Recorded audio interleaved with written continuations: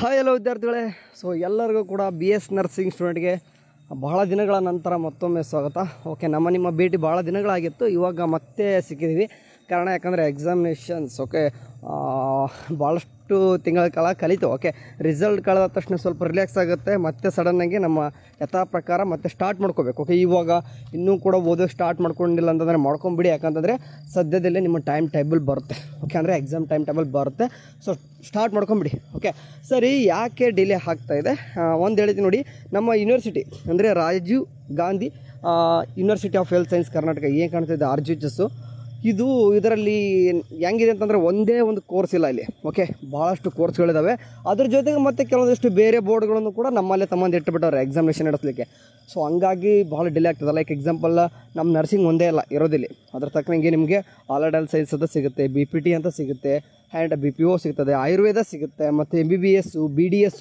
Okay, ಅಂದರೆ ಮೆಡಿಕಲ್ಗೆ ಬರ್ತಕ್ಕಂಥ ಎಲ್ಲ ಕೋರ್ಸ್ಗಳು ಆಲ್ಮೋಸ್ಟ್ ಏನು ಮಾಡುತ್ತಪ್ಪ ಅಂತಂದರೆ ಎಲ್ಲ ನಮ್ಮದೇ ಮಾಡ್ತದೆ, ನಮ್ಮ RGHS ನೋಡ್ಕೋಬೇಕು. ಸೊ ಹಂಗಾಗಿ ಏನಪ್ಪ ಆಗುತ್ತೆ ಅಂತಂದರೆ ಇಲ್ಲಿ ಎಕ್ಸಾಮಿನೇಷನ್ ಸೆಂಟರ್ಸ್ ಏನಿದೆ ಅಂದರೆ ಎಕ್ಸಾಮಿನೇಷನ್ ಸೆಂಟರ್ಸ್ಗಳು ಭಾಳ ಇಂಪಾರ್ಟೆಂಟ್ ರೋಲ್ ಆಗ್ತದೆ. ಯಾಕಂದರೆ ಎಕ್ಸಾಮಿನೇಷನ್ ನಡೆಸಲಿಕ್ಕೆ ಅದೇ ಬೇಕಲ್ವಾ.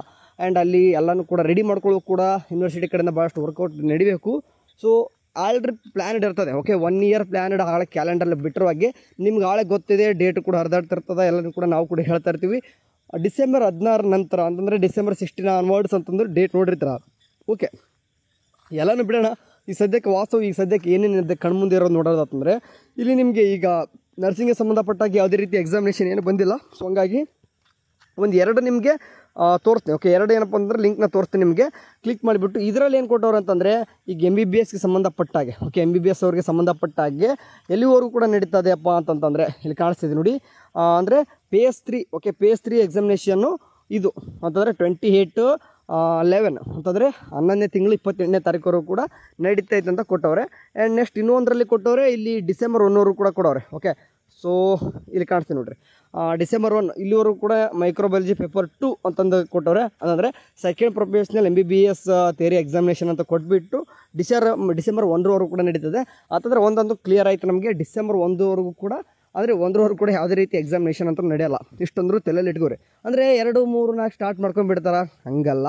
ಯಾಕೆ ಹೇಳ್ತಿದ್ದೀನಿ ಅಂತಂದರೆ ಇದ್ರ ನಡುವೆನೂ ಕೂಡ ಹೇಳಿದೆ ನಾನು ಮಧ್ಯೆ ನಿಮ್ಗೆ. ಯಾಕೆ ಒಂದು ವರ್ಡ್ ಸೇರಿಸಿದ್ನಿ ಅಂತಂದರೆ ನಮ್ಮ ಯೂನಿವರ್ಸಿಟಿ ಕೋರ್ಸ್ಗಳ ಜೊತೆಗೆ ಬೇರೆ ಬೇರೆ ಬೋರ್ಡ್ಗಳನ್ನು ಕೂಡ ಏನು ಮಾಡ್ತಿದ್ರು ಅಂತಂದರೆ ನಮ್ಮ ಯೂನಿವರ್ಸಿಟಿ ಎಕ್ಸಾಮಿನೇಷನ್ ಸೆಂಟರ್ಸ್ಗಳಲ್ಲಿ ಏನು ಮಾಡ್ತಿರ್ತಾರೆ ಅಂತಂದರೆ ಎಕ್ಸಾಮಿನೇಷನ್ ನಡೆಸ್ತಾ ಇರ್ತಾರೆ. ಲೈಕ್ ಎಕ್ಸಾಂಪಲ್ GNM ಕೋರ್ಸ್ಗಳದ್ದು ಕೂಡ ಎಕ್ಸಾಮಿನೇಷನ್ ಬರ್ತದೆ. ಓಕೆ, ಅವರು ಕೂಡ ಎಕ್ಸಾಮಿನೇಷನ್ ಸೆಂಟರ್ ಈಗ ಗೊತ್ತಿರುವಾಗೆ one time. Okay, GNM course ಯಾವಾಗ ಎಕ್ಸಾಮಿನೇಷನ್ ಹಿಡಿದು ಅಂತಂದರೆ ಕಾಪಿ ಚೀಟಿ ಅದ ಎಲ್ಲನೂ ಕೂಡ ಗೊತ್ತಾಗಿ ಏನು ಮಾಡಿದ್ರಪ್ಪ ಅಂತಂದರೆ ವಾಪಸ್ ಎಕ್ಸಾಮ್ ನಡೆಸಿದ್ರು. ಅವಾಗಲೇ RGHS ತೊಗೊಂಡ್ಬಿಟ್ಟದೆ ಎಕ್ಸಾಮಿನೇಷನ್ ನಡೆಸಲಿಕ್ಕೆ. ಸೊ ಹಂಗಾಗಿ ಅವ್ರಿಗೂ ಕೂಡ ಏನಪ್ಪ ಅಂದರೆ ನಮ್ಮ ಸೆಂಟರ್ಸ್ಗಳಲ್ಲಿ ಎಕ್ಸಾಮಿನೇಷನ್ ಬರೀತಾರೆ. ಸೊ ಹಂಗಾಗಿ ಈ ಮಧ್ಯದಲ್ಲಿ ಬಂದರೆ ಓಕೆ ನಡೆಯೋದಿಲ್ಲ. ಆ್ಯಂಡ್ ಒಂದೊಂದು ಕ್ಲಿಯರ್ ಇರಲಿ, ಡಿಸೆಂಬರ್ 16 ಆನ್ವರ್ಡ್ಸ್ ಅಂತ ಇದ್ದಾರೆ. ಸೊ ಒಂದು ಯಾವುದಕ್ಕೂ ಸೇಫ್ಟಿ ಆಗಿರೋಣ. ಅಂದರೆ ಡಿಸೆಂಬರ್ 10 ಕೂಡ ಅಂತ ನಡೆಯೋದಿಲ್ಲ. ನಾ ಹೇಳ್ತೀನಿ ನೋಡಿ, ಡಿಸೆಂಬರ್ 10 ಮೇಲೆ ಯಾವಾಗಾದರೂ ಅಂದರೆ ಈ ಟೈಮ್ ಟೇಬಲ್ ಮಾತ್ರ ಬೇಗನೆ ಬಿಡ್ತಾರೆ. ಅಂದರೆ ಈ ಸದ್ಯದಲ್ಲೇ ಬಿಡ್ತಾರೆ. ಬಟ್ ಡಿಸೆಂಬರ್ 10 ಕೂಡ ಅಂತ ಯಾವುದೇ ರೀತಿ ಎಕ್ಸಾಮಿನೇಷನ್ ಟೈಮ್ ಟೇಬಲ್ ಬಿಟ್ಟರು ಸಹಿತ ಡಿಸೆಂಬರ್ 10 ಒಳಗಡೆ ಯಾವುದೇ ರೀತಿ ಎಕ್ಸಾಮಿನೇಷನ್ ನಡೆಯೋ ಡೇಟ್ಸ್ ಇರಲ್ಲ.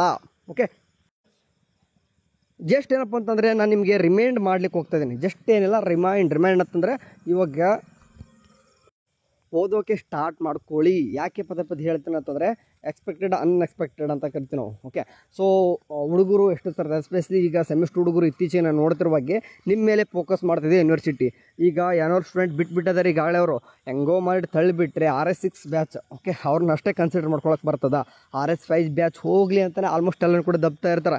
ಆ್ಯಂಡ್ RS5 ಬ್ಯಾಚ್ ಅವ್ರಿಗೆ ಒಂದು ಸಪ್ಲಿಮೆಂಟ್ರಿ ಅಂತ ನಡಕ್ಕೆ ಒಂದು ಬರುತ್ತೆ, ಬಟ್ ನಿಮಗೆ ಇರೋದಿಲ್ಲ. ಓಕೆ, ಆ್ಯಂಡ್ ನಿಮಗೆ ಸಮ್ ಬ್ಯಾಕ್ ಕೂಡ ಏನು ಮಾಡ್ತಿದ್ದಾರೆ, ಯಾಕೋ ಒಂದು ತೆಗೆದಿದ್ದಾರೆ. ಅದ್ರ ಬಗ್ಗೆ ಕೂಡ ನೋಟಿಫಿಕೇಶನ್ ಇನ್ನೂ ಕೂಡ ಶಾರ್ಟ್ಲಿ ಒಂದು RGHS ಕಡೆಯಿಂದ ಬರ್ತದೆ. ಎಲ್ಲನೂ ಕೂಡ ಹೇಳೋಣಂತೆ. ಸ್ಟಾರ್ಟ್ ಅಂತೂ ಮಾಡ್ಕೊಡಿ ಓದಲಿಕ್ಕೆ. ಓಕೆ, ನಿಮಗೆ ನೋಟ್ಸ್ಗಳನ್ನು ಏನಪ್ಪ ಅಂತಂದರೆ ನಿಮ್ಗೆ ಆದಷ್ಟು ಏನು ಮಾಡ್ತೀನಿ ಅಂತಂದರೆ ಫ್ರೀಯಾಗಿ ನಾನು ನಿಮಗೆ ಪ್ರೊವೈಡ್ ಮಾಡಿರ್ತೀನಿ. ಓಕೆ, ಈಗಾಗಲೇ ನರ್ಸಿಂಗ್ ನೋಟ್ಸ್ ಟೆಲಿಗ್ರಾಮಲ್ಲಂತೂ ಆಲ್ಮೋಸ್ಟ್ ಎಲ್ಲನೂ ಕೂಡ ನೋಟ್ಸ್ಗಳನ್ನ ಪ್ರೊವೈಡ್ ಮಾಡಿದ್ದೀನಿ.